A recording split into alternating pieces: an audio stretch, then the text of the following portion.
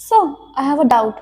So, in simple pendulum, why do we use vertical and horizontal axis at rest and radial and tangential axis in motion? Nice question, Rasika. Let me explain. Okay, sir. देखो बेटा, अगर हम एक simple सा case ले लें जिसमें कि हमारा मास जो है, बॉब जो है वो रेस्ट में, तो जरा इस कंडीशन को तुम देखो ध्यान से।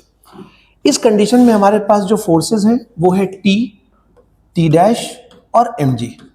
अब जो तुम्हारा सवाल है कि हमने एक्सेस हॉरिजॉन्टल और वर्टिकल ही क्यों ली है प्रेफरेबली, उसका रीजन ये है कि अगर ये ब्लॉक कभी गिरेगा ड्यू टू ब्रेकिंग ऑफ आपकी जो स्ट्रिंग्स है, तो इसका मोशन वर्टिकल डायरेक्शन में होगा।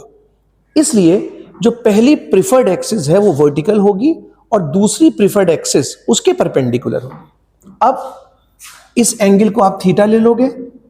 अब इन जरा तीनों फोर्सेस में ध्यान से देखो बेटा कि कौन सा फोर्स ऐसा है जो इन एक्सिस के अलोंग नहीं है। वो वाला फोर्स है टी। तो टी को ही कंपोनेंट में ब्रेक करने पे आंसर आएगा। तो इफ दिस इज थीटा, ये होगा टी कॉस थीटा और ये वाला T sine theta. And then you have condition of equilibrium, यानी T sine theta equals to T dash and T cos theta equals to M G. But unlikely, इस सवाल की तरफ चलते हैं। इसमें पेंडुलम मोशन में है। इसका मोशन फिलहाल एक आर्क पे है। जब कोई पार्टिकल आर्क पे चलता है तो उसका जो एक्सेलरेशन होता है वो टूवर्ड्स सेंटर होता है। तो मेरी जो पहली एक्सिस होगी, एक्सिस ऑफ मोशन, वो होगी अलोंग द रेडियल लाइन और दूसरी होगी उसके परपेंडिकुलर यानी टेंजेंशियल लाइन। ठीक, अब अगर हम फिर से ड्रॉ करें तो टी ऐसे आएगा और एम जी नीचे। अब यहां पर कौन सा फोर्स ऐसा है जो इन एक्सिस के अलोंग नहीं है? तुम्हारा आंसर होगा एम जी। बिल्कुल सही कहा। अब हम इस एम जी को तोड़ेंगे। ये वाला कंपोनेंट थीटा को टच कर रहा है, it would be m g cos theta.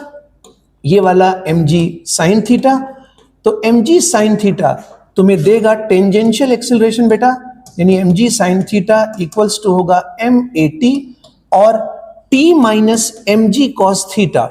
ये फोर्स है नेट टूवर्ड सेंटर और वो तुम जानती हो अच्छी तरह, उसकी वैल्यू होगी m v square by r. मुझे उम्मीद है तुम चॉइस ऑफ एक्सिस समझ गई होगी। Yes, sir. I understood.